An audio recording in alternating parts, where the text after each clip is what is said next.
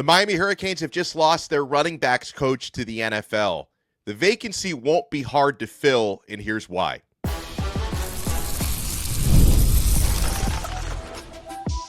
You are Locked On Canes, your daily podcast on the Miami Hurricanes, part of the Locked On Podcast Network, your team every day. Happy Friday. We made it. I am Alex Donno, University of Miami alumnus, co-host of Locked On ACC, and host of Postgame on the Hurricanes Radio Network.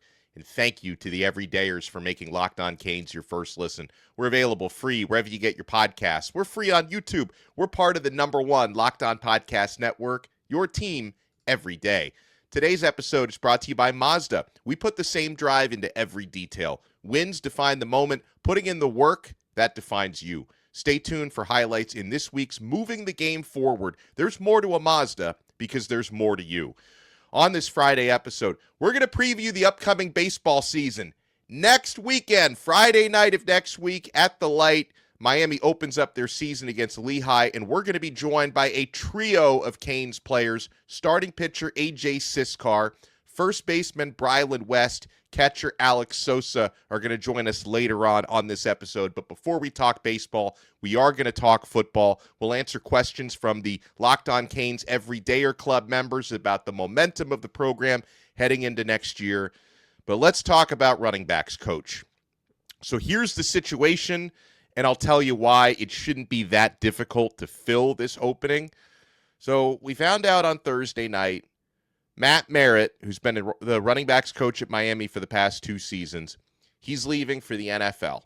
He's becoming the running backs coach of the Arizona Cardinals. I'm really happy for Coach Merritt because, no matter how good the job is in college, a lot of folks do consider the NFL to be a step forward, so it's a promotion for him. And I'll say it's a good reflection on Mario Cristobal's coaching tree anytime you lose an assistant coach to the league. Like, that's good for the coaching tree.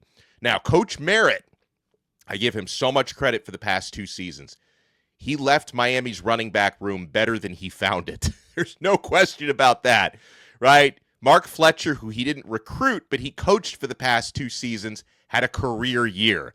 Miami's running backs had 2 straight seasons with a 1,000-plus yard rusher. Fletcher this past year, Damian Martinez the year before that. And in recruiting, Coach Merritt was the primary recruiter for Gerard Pringle, who we really love. They had the Tampa connection because Merritt was at USF before Miami, and Pringle's a Tampa kid. He recruited him heavily, and he's also the primary recruiter for incoming freshman Javion Mallory, and I'm sure Coach Merritt was instrumental in bringing in Marty Brown through the transfer portal. So no matter how you slice it, Matt Merritt did a really good job here, and I'm happy for him that he can move his career forward and get a big opportunity like the one he's stepping into in the NFL. So the big question is, when Miami hires their next running backs coach, now you got running backs coach and tight ends coach both available now, how big of a splash is Mario Cristobal going to make with this hire? Because a lot of the early names that I'm seeing linked to this job on people's hot boards are coaches who are heavy hitters from big-time programs around the country. Now, keep in mind, the hot boards that you see are all being posted by really smart people and good journalists, but these are like projections because we all know that Mario Cristobal, he runs his coaching searches like a CIA operation. Snitches get stitches. There's not a lot of leaks coming out of there, right? And it's also worth noting that Cristobal's last 2 hires at running backs coach, both really good coaches, but they both came from smaller programs. Coach Merritt, I mentioned, came over from USF. Miami was an obvious step up. Before Merritt, it was Tim Harris Jr., who came from UCF, Miami being an obvious step up. But even though Cristobal has poached from slightly smaller situations for his past 2 hires, doesn't necessarily mean he won't go bigger this time, because 2 major things have changed over the past couple of years when you're hiring an assistant coach. Number 1, Miami has objectively become a better situation, a better destination over the past 2 years, coming off a national championship appearance and consecutive double-digit win seasons. So remember, when Cristobal hired Matt Merritt, that was off of a 7-5 season. When he hired Tim Harris Jr., that was off a 5-7 year. So suddenly being an assistant coach at Miami is a bigger job now than it was 2 years ago. So that's one thing to consider, more of a destination. Number two, and this is credit to Coach Merritt, the running back room at the U is now arguably the best and the deepest in all of the country.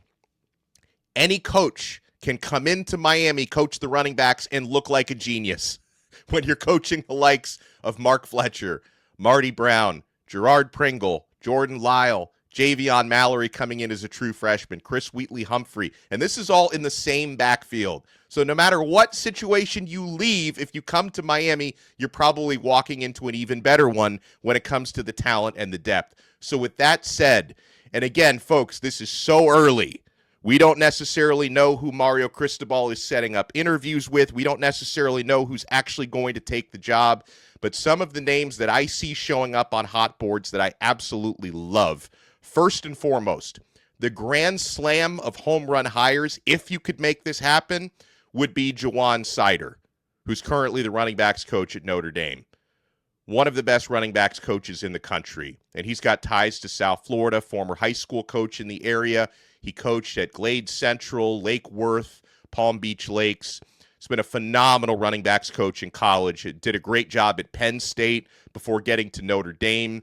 Now, listen, I don't have any reason to believe that Coach Sider isn't perfectly happy in South Bend, but this is a guy you have to call, and maybe he would consider coming home to South Florida, especially now that Miami's running back room is in incredible shape. And it's also worth noting Notre Dame just lost Jeremiah Love and Jadarian Price to the NFL. So, maybe now could be the time for him.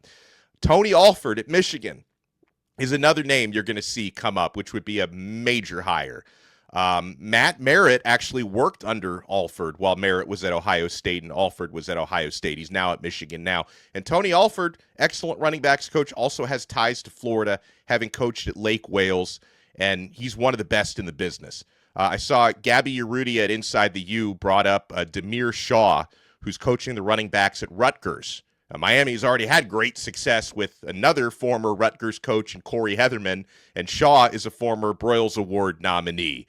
And listen, there are other names coming up in various hot boards. Like I saw E.J. Holland at Kane Sport brought up, Carlos Lachlan at Ohio State, Anthony Jones at USC. These are all big-time names. Oh, and I mentioned Alford at Michigan. Another thing about Tony Alford at Michigan, who was previously at Ohio State, Alford recruited Mark Fletcher to Ohio State. Remember, Fletcher was committed there for a time. So maybe Alford could finally get his opportunity to coach Mark Fletcher. That's another thing to consider here.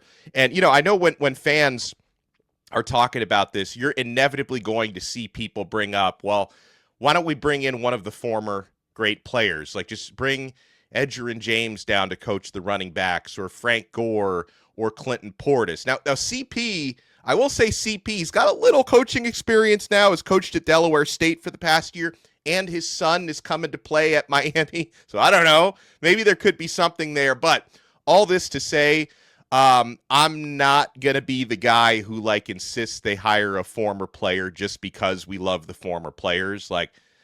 If the next running backs coach, whether he played at Miami or not, I just want Mario Cristobal to find the best fit, the hardest working recruiter, and the most qualified for the position. I'm not going to bring in a guy who played here just because it would be fun. I want to bring in somebody who has the best chance to do an amazing job, and that could be the person with the best resume and the most recruiting chops. So I don't care where you get this running backs coach from. Just fill it with the best person available. Yeah, I mentioned we also have the tight ends coach job open. There's not I don't think there's any huge rush to fill these positions. I would say you definitely want to have your people in place before spring football practices start, which will probably be at the very end of March. So you've got a little time here.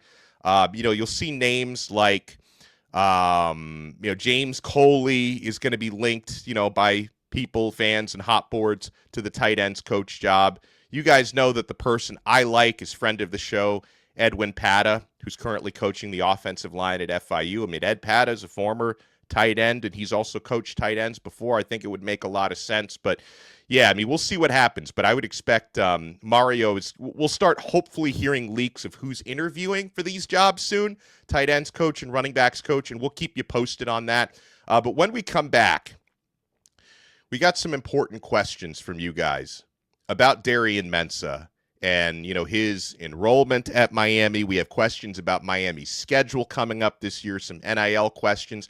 We will answer all of those right here on this brand new episode of Locked On Canes. We're only getting started. Guys, it is the last call for football on FanDuel. One final Sunday, one last kickoff, one final chance to get in on the action before the NFL season officially comes to a close. This is Super Bowl 60, and FanDuel is making sure you're right in the middle of it with a special offer just in time for the biggest game of the year. Whether you're backing the favorite, riding with the underdog, or building one last same-game parlay, this is the game everyone's been waiting for. This is where predictions turn into plays, stats turn into storylines, and every snap feels bigger. It's the perfect way to cap off the season and make the Super Bowl even more exciting from kickoff to the final whistle. If you're a new customer, just bet $5 and get $200 in bonus bets if you win. Make it count, because after the Super Bowl, the season's over. It's the last call for football on FanDuel, an official sportsbook partner of Super Bowl 60. Visit FanDuel.com to get started.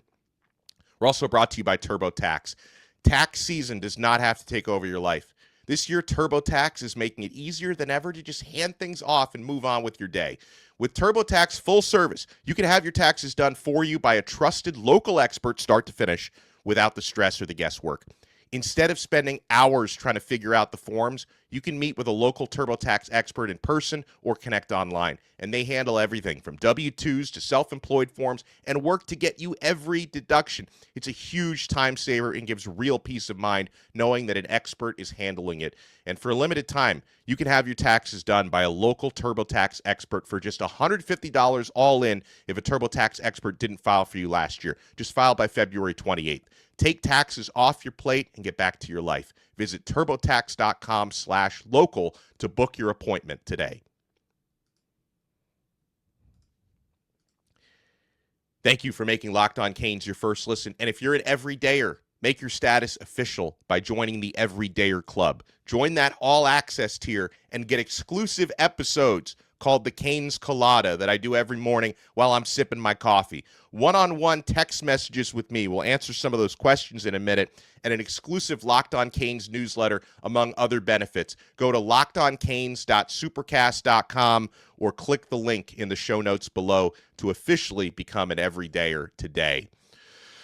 All right, we get a question from everydayer Craig. He's got two questions, actually. First of those, was Darian Mensah able to be picked up in time to participate in spring practice? Yeah, the answer to that is yes. Miami was able to get Darian Mensah and Cooper Barkate enrolled before the deadline. So Miami is going to have the nice advantage that they didn't have a year ago. Now, it worked out a year ago because Carson Beck was so darned experienced and really a professional about it. But remember, last year, Miami's new starting quarterback was still injured, couldn't participate in spring ball. This year, you have that with Darian Mensah. So he's going to have the opportunity to, immediately put his fingerprints on the offense the way that Cam Ward did in spring 2 years ago. So I'm excited for Mensah, and I'm excited for Cooper Barkate to be here as well, and they did get here in time. The other question from Craig is, looking at Miami's ACC schedule, who would pose the biggest challenge for the Canes? All right, so that's ACC schedule. That excludes Notre Dame. Like we all know, on the road in South Bend is the most difficult game on the schedule. I'm not sleeping still on playing at Death Valley against Clemson.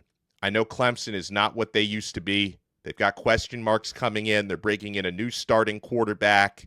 I thought for sure it was going to be Chris Vizina, but apparently Dabo won't fully commit to that. They're going to have a quarterback competition. Clemson, though, still, to me, is among probably the two or three most talented teams in the ACC, with Miami being the most talented. I think Clemson is close, and Death Valley is still, in my humble opinion, a tough place to play, especially if they make it a night game. So I'm still going to say, I know they're not what they used to be, but I'm still going to say Clemson on the road is going to be the toughest game for Miami this year. And gosh, we haven't beaten them on the road in a very, very long time. I need to look that up because the last time we beat them a few years ago was at Hard Rock Stadium with Emory Williams starting. But the last time we won at Clemson, someone will answer that, I'm sure, in the comments below. It's been a minute. We get a question from Jonathan from Pennsylvania. Do you think the extremely easy start to the schedule for the Hurricanes will help the new team members settle into the new system, or will it make it more difficult because they're not facing quality opponents? For this year, I will take an easier start to the season. Opening up on the road at Stanford. Miami's going to be a lot better than Stanford. You play FAMU after that. I will take that for this year. I think last year you were in a better position to open up against a team like Notre Dame because your offensive line last year was virtually the same as the year before. James Brockermeyer, new starting center. Other than that, it was virtually identical, right? This year, you've got 4 new starters on the offensive line. And I know our friend Ed Pata, he talked me off the ledge a little bit, and it's like, hey, you shouldn't be quite so worried about breaking in all the new starters, that Mirabal's going to make sure they build that chemistry. But still, with almost an entirely new offensive line and a lot of new starting edge rushers, like I think I would rather have the easier ramp up before the hard games. So I like it breaking out that way this year, because by the time you hit your tougher part of your schedule, your offensive line's going to have more rhythm and chemistry. We get a question from Scott from West Palm, who's a Miami alumni from 1992. He asked, who made the decision to have 4 games on a Thursday or Friday? Did Miami have any say in that for our 2 home or even all 4 of those? No, Miami had no say in that. That was all ACC. So, and he also pointed out, his question was a little longer than that, but he pointed out that, the ACC wants to kind of carve out their niche on Friday nights and some on Thursday nights. That's a big part of it. Like the ACC, if they can find windows in primetime where they don't have to directly compete with big SEC and Big Ten games, they're going to, like, the ACC wants to own Friday nights, okay? And believe me, this is not something that the coaches want. Like if the ACC had asked Mario Cristobal, Coach, do you consent to playing 3 Friday night games and a Thursday night game this year? His answer would have been hell no. Cristobal does not like it. And this is not just Mario. Most coaches, they have their routines, and your routine ramps you up to play on a Saturday. Coaches do not like breaking routines to play a different day of the week, and they certainly don't like playing on Fridays when that's high school football night and you want to have as many recruiting visitors as possible. So that's all on the ACC. Mario Cristobal doesn't like it. I don't think any ACC coaches like it, if we're being honest. We get a question from the 352 that says, hey, the CFP, how did the CFP run help Miami with NIL money inflows? He says, we all know that the CFP was great financially because Miami played in every possible game, and the college football playoff funds were not shared with the other teams in the ACC, thanks to Clemson and Florida State. But I'm not clear as to if it financially helps going through the CFP, if that raised Miami's NIL floor because of the heightened brand awareness. Well, the revenue sharing salary cap does not change, but you made a couple of points. The obvious one is Miami made, I think, over $30 million in revenue for advancing through the CFP. That's ACC money that Miami gets to keep. So that's the obvious one. Now, the other part of it is when you talk about brand awareness, there's 2 different NIL forms, right? There's the revenue sharing, which is the same salary cap no matter which school you are. But then there's also the third-party NIL deals. And that is where Miami's really going to benefit, right? When it comes to private businesses, whether it be national brands or more localized brands in South Florida, guess what? Miami's players have made themselves more attractive for NIL advertising because they're coming off of, a deep playoff run and a national runner-up season. So I believe the third-party NIL opportunities are going to go up because that's capitalism. You've got a hotter profile, a hotter brand, more third-party NIL businesses will want to invest in you. Now, you have the whole NCAA clearinghouse process, but it doesn't seem like that's been as strict as people thought it would be. Most of these third-party NIL deals are getting approved, and Miami players are hotter commodities now than they were a year ago at this time because of the deep playoff run. Now, I'm hoping Canes baseball can make a deep playoff run to Omaha this year. When we come back, we are going to have the pleasure of previewing baseball season, which is a week from tonight at the Light. We're going to sit down with 3 Hurricane studs. Starting pitcher A.J. Ciscar, who was a big part of the Super Regional run last year, and a couple of important transfers. First baseman Brylan West and catcher Alex Sosa will join us next right here on Locked On Canes. Don't go anywhere.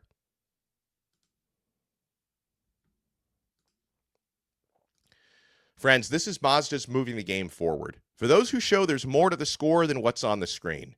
You know who moved the game forward? I want to honor this gentleman now that he's on his way to the National Football League. Running backs coach Matt Merritt.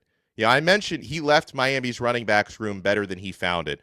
1,000-yard rushers in 2 straight seasons. Recruited the likes of Gerard Pringle and Javion Mallory. Matt Merritt did a heck of a job at the U, and I know he's going to do a great job with the Arizona Cardinals. So happy trails to Coach Merritt, and it reminds us of what it really takes to raise the bar. It's the extra work off the field. It's dialing in every detail, giving it that extra fire, that grit, and I never quit. We put that same passion into every model. Highlights make the reel, but what it took to get there makes it count. There's more to a Mazda because there's more to you.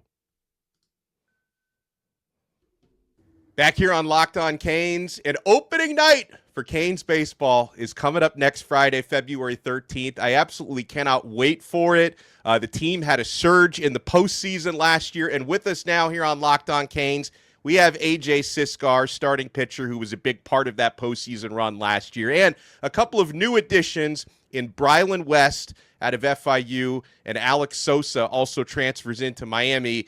So how are you all doing, man? Are you excited for the season coming up, guys? Opening day is going to be here before we know it. Yes, sir. Yes, sir. Can't wait, man. Say that. What is the, and AJ, I'll start with you. What's the off-season training regimen been like for you? I imagine as a pitcher it's a little different than what the other guys have gone through, but what have you been working on this off-season? Recently this offseason, me and Laz have been working on, using the change a little more effective, getting a little bit more down action on, and using it not only to lefties and righties, and as well just overall, obviously increasing the velocity, increasing the command, and just working through games a little deeper. I mean, me and Sosa have been working a lot, and the other catchers as well. They've been working on giving me more visuals behind the plate so I can, command the fastball, command the slider, command the changeup a lot better, especially going deeper in the game so we can have a deeper run than last year. Yeah, and AJ, you rose up through the pitching ranks last year, and you finished the season on your highest note. What's kind of your internal goal and kind of your expectation on what kind of a season you could have this year? Just honestly, I'm not a huge believer in expectations. I just kind of like to go out there and do my thing. Like, I'm a big believer in God. I'm wearing Jesus One shirt, so I just kind of trust his plan, trust in the process, and just focus on that process and hope that God's got – well, not even hope. I know that God's got a plan for me moving forward. Yeah, and Alex, he mentioned getting some work in with you. You come in at an important catcher spot, and you get to work with World Series champ Jared Saltalamacchia, who's part of this staff now. What's that been like for you? Yeah, it's been awesome. I mean, when I committed, when I was in the portal and I ended up committed to Miami, hearing about being able to work with Salty, that was something that, I mean, you can't really ask for anything more than a big league catcher, a World Series. 13 seasons. I mean, he's been awesome. He's been super fun to work with. I love it. And what about you, Brylan? You didn't have to travel too far to come to Miami from down the road at FIU off of a really good season. What have you been working on so far? Man, just getting bigger or just getting more defined, looking like prime Cam Newton, not saying. I love that. Are you Cam Newton height? How tall are you, Brylan? About 6'4", 6'5". Dang. Okay, I can see it. I could see you were sitting down, so I couldn't get that look. So what? So for Brylan and Alex, the newcomers, what have been your impressions so far on Miami, from campus to the student life to the training you've been getting in baseball? Man, no place like it, man. For real. Yeah. I grew up in Miami, so I mean, for me to be back, it's super cool. It's cool. I mean, I've run into friends and family like on accident out at Walmart, out at Chipotle. So it's been cool. It's like a little reunion. So it's cool to be back, and it's been everything I expected, everything I wanted. I love that. And opening night is coming up Friday, February 13th, 7 p.m. at the Light, Alex Rodriguez Park, which I maintain is not only one of the best sports atmospheres you can get in South Florida or anywhere, but just the vibes are so high. And, AJ, you've already, of course, been a part of it. Well, what's it like for you? And are you expecting to be the Friday starter this year, AJ? What's your expectation for that first home series? It hasn't been announced just yet, but it's looking in that direction. But I mean, pitching here not only on Friday nights but all nights, Friday and Saturday, it's electric, man. When the fans are really on top of you and they're really on you, you get a strikeout, you turn around, you see a croqueta on the big screen, the whole stadium's going crazy. It's pretty sick. It's pretty awesome. Not only that, but I mean, when we got Kube and not only hopefully, but Brylan and Sosa coming in as well, hitting home runs on Friday and Saturday nights, This place is going to be a zoo. Yeah, well, what's it like, Brylan, being able to have a teammate like Cuvée, and you guys are probably going to have, some competitions maybe internally this year to see who can hit more out of the park. Man, like, he's just so smart at the game. Not only is he good physically, but he's good mentally, and just like picking his brain every day is just always something good to have. Yeah, I mean, I would say, like, you look at the stats, like, he's got, 42 career home runs in 2 years? I mean, that's ridiculous. So, yeah, I mean, I tell everybody, I'm like, he's always on time for everything. So he's definitely awesome to learn from. Well, I know, Mr. Sosa, you hit very well, especially from the catcher position. Kind of talk about your style a little bit and what fans can expect from you this year. I expect a lot out of myself. So, I let the fans, expect a lot out of me. I mean, my kind of style is like to spray the ball, across, all fields. So, yeah, just doing that, help the team win, score as many runs as possible, score more than the other team, and then end up in Omaha. That's kind of my goal. Oh, man, I love that. And that is I know that's always the goal, right? And, I'm curious to pick you guys' brain, and maybe, AJ, I'll start with you on this one, and then Brylan. I noticed the expectations for the team, like this coming season, like the outside expectations are really high. I mean, people are jacked up, getting some love from Baseball America and the baseball journalists out there. How do you guys kind of manage that and keep the outside stuff to the outside? How are you able to internalize and kind of keep the distractions away? Well, we just take it day by day. I mean, we come into practice, we have full attention, full focus, trying to work on little things, first and third defense, mud defense, and just focusing where we are and where our feet are, right? The season's not here yet, and we understand that. We got to prepare for that. And then even going into the season, the mindset's going to be take every game like each individual game. I mean, you saw last year, we got smoked by Southern Miss on Sunday night in the regional.